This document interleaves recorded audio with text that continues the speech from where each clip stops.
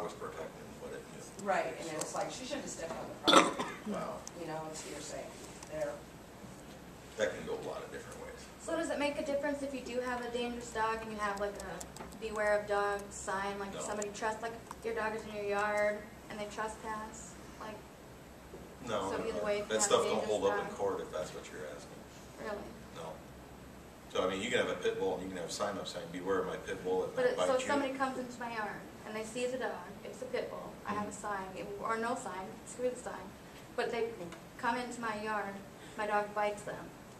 But the dog's protecting its property. But in the way those signs are inviting danger. Okay, let's say that I don't have a sign, but they come inside the fence where the dog is at, and my dog bites them. You still have to pay for all of that stuff. And they were going to attempt to rob the house, but the dog You stopped gotta it. prove all that stuff. What if they're gonna have a house and my cat attacked? Plain and simple, there's 6 or 7 breeds of dogs out there that companies don't like. So, and I don't know if they have it listed on this one. I brought one brochure along just for a reference for myself. I don't believe they have it in here. They what? But Is that something that, like, I wasn't They have pet told health that insurance. when I bought Are we doing that? my home. Oh, no, we don't talk about that in here. Policies. Is that just something you're supposed to know when reading the fine print? insurance agents are supposed to talk that over with prospective I can't clients. even remember if they asked me if I did it online on a phone call, so I can't even remember if somebody asked me if I had pets, which I do have a pet, but yeah, she's right, I do it, but, yeah, that Well, was. the 4 companies I represent, it's right on the application. We have to ask the question, and then you sign it. So like when you sign your application for your homeowner's policy, it's probably on there somewhere. Yeah, that's what I'm just saying. And then I guarantee the policy has verbiage in there. So I really wanna go home. I really would if. Get a stuffed one. Huh? My dog, one of those you can record the voice on it. Any other questions? Now, in relation to a homeowner's policy, and looking at this here,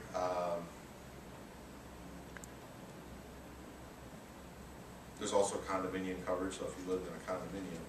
But some of the extra things that policies are starting to provide now are credit card and forgery. So if you have a credit card and somebody gets a hold of your credit card and forges it, there's some coverage there. Under homeowners? Yep. A lot of homeowners companies are starting to do that now. I know credit cards are good at that as well. They'll help protect you for lost, money. Another one of the endorsements on here is what's called sump pump overflow and water backup. Everybody knows what a sump pump system is, I assume, No. or has a septic tank of some What's a kind. sump? What's that? It's a water pump you have in a hole in your basement. They'll provide coverage for that. If you get heavy rains, or if you get a lot of snow and then in springtime it melts, the water gets in the basement. If those can't keep up, or if they break down and you get a lot of water, they'll help pay for cleanup. And then of course, any damage that may have been done to the carpets or the walls. A lot of homeowners policies or renters policies will cover minor business pursuits. Is that considered flooding then?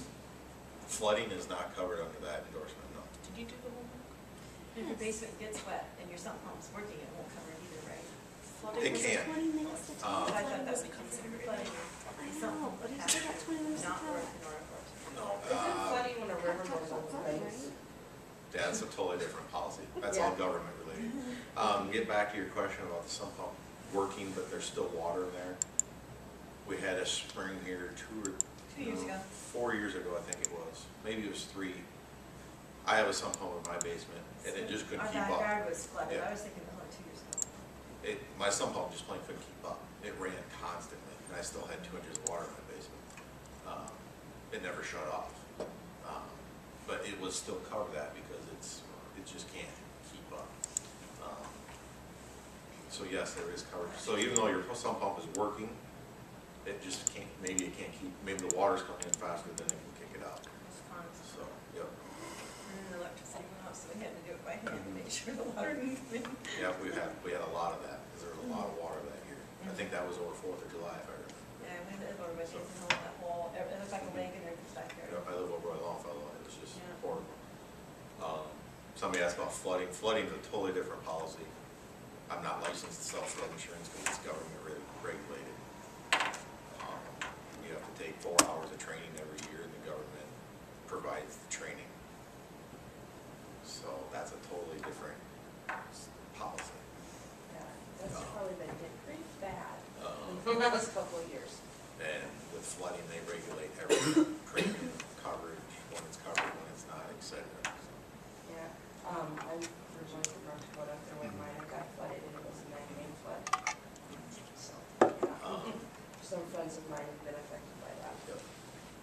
But some other things that a homeowner's policy covers business pursuits. So let's say you have like I'm an insurance agent, but there's nights I take my computer and maybe some files home, and I contact my clientele, and do some work. But it would cover for that incidental business. A lot of companies now, this one specifically, are providing coverage for daycares in homes. Just because of the liability that can go into a daycare. So there's a wide range of things that a policy can cover. A homeowner's policy and renter's policy both will provide what's called loss of use coverage. What loss of use coverage means is if there is a fire in your home or a covered peril of any kind that prevents you from living there, they will find you a place to live, whether it be a hotel room or another apartment or anything of that nature, until you can get back into your house.